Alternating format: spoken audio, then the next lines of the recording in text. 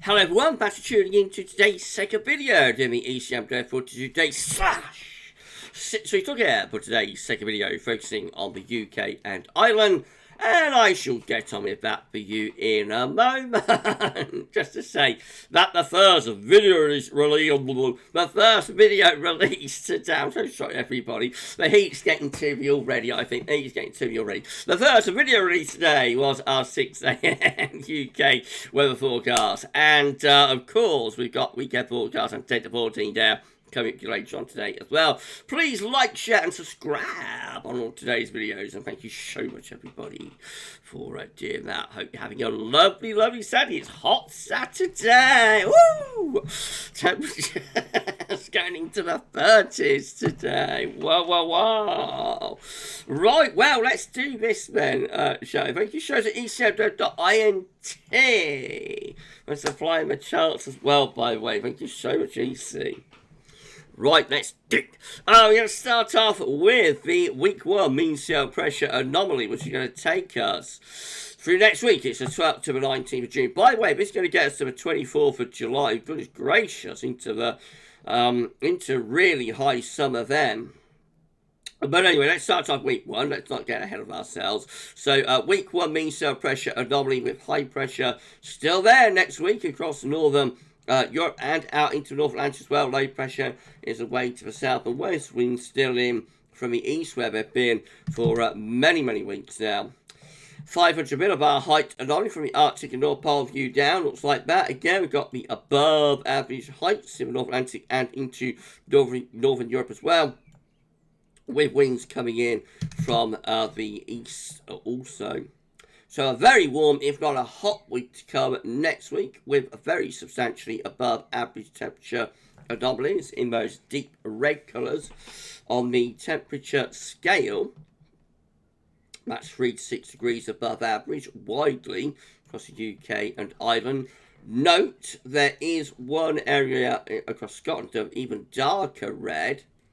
So that area will be going 6 to 10 degrees above average, and we see that more widely up over Scandinavia as well. Norway and Sweden has that very deep red area.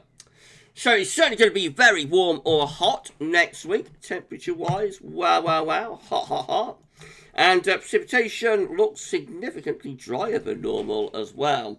So a hot, dry week to come next week. Summer 2023 is kicking off. Right, week 2 will be the 19th to 26th of June.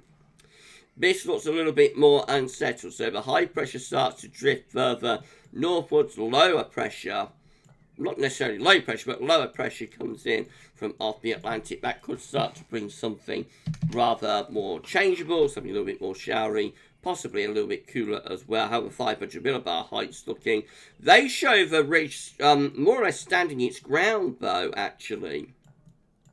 That area of high pressure to our north and east, low pressure in the Atlantic. So.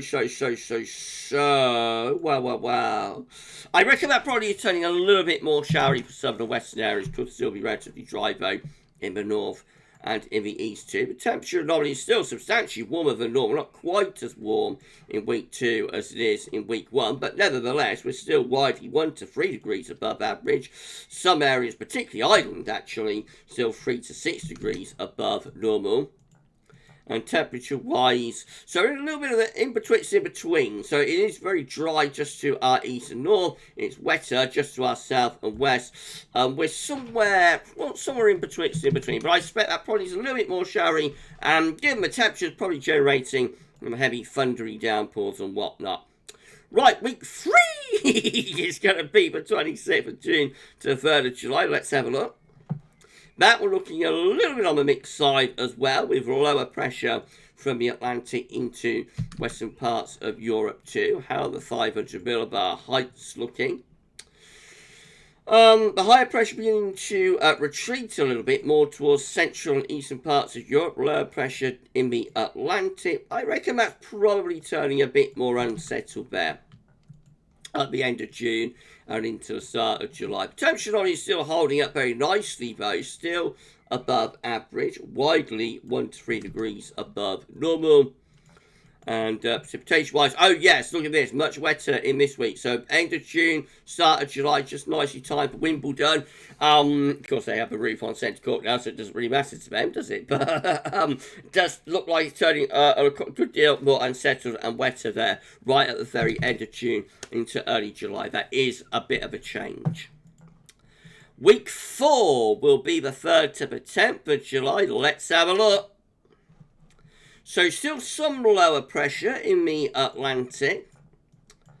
Higher pressure looks like it's down towards Italy and the Balkans, really. 500 millibar heights look like that, bringing the ridge back. Look at this. The area of higher pressure starts to reform.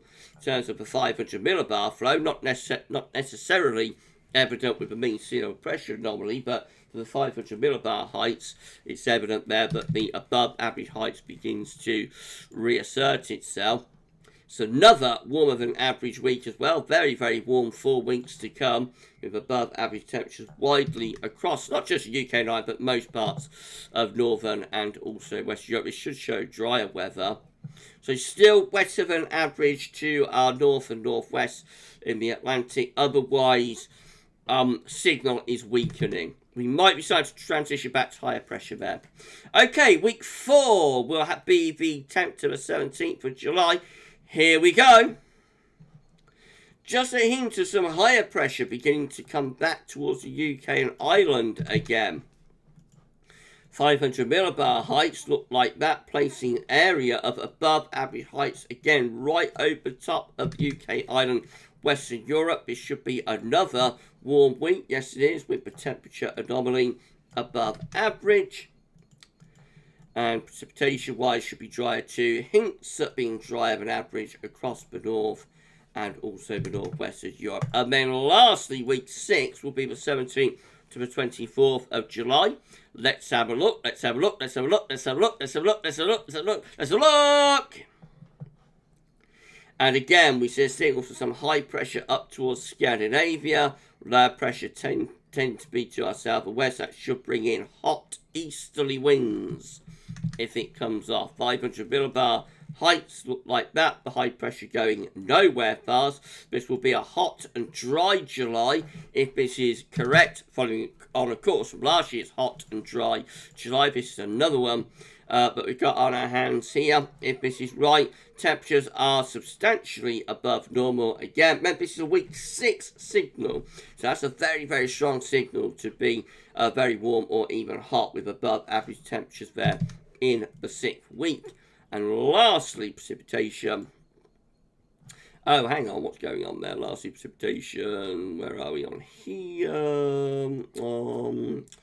1, 2, 3, 4, 5. So that's right. So last precipitation for 17. There we go. So it's largely drier than average. So sorry about that, everybody. It's largely drier than average again across the north and west of Europe. Right. Okay. So we got a clear signal here from the EC Extended. We're starting off very warm, if not hot and dry.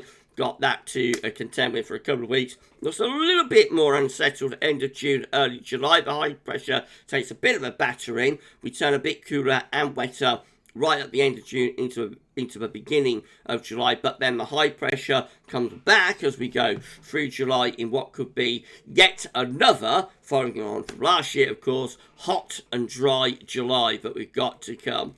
Will we get to 40 degrees again?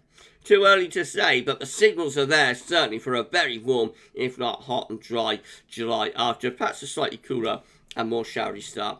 Remember, just a snapshot of what model is showing. Could look completely different when we look at this again next week. So we're going to do the wider European outlook with this model on Tuesday, and then another sort of UK and Ireland focused look ahead next Saturday. So we'll see then what the model is showing, but that's how it looks this week. We're going to be back shortly with the weekend forecast, and following that there'll be a 10 to 14 day. Keep checking back to the channel for more. For this one though, that is all for now, and thank you so much for watching. Bye for now.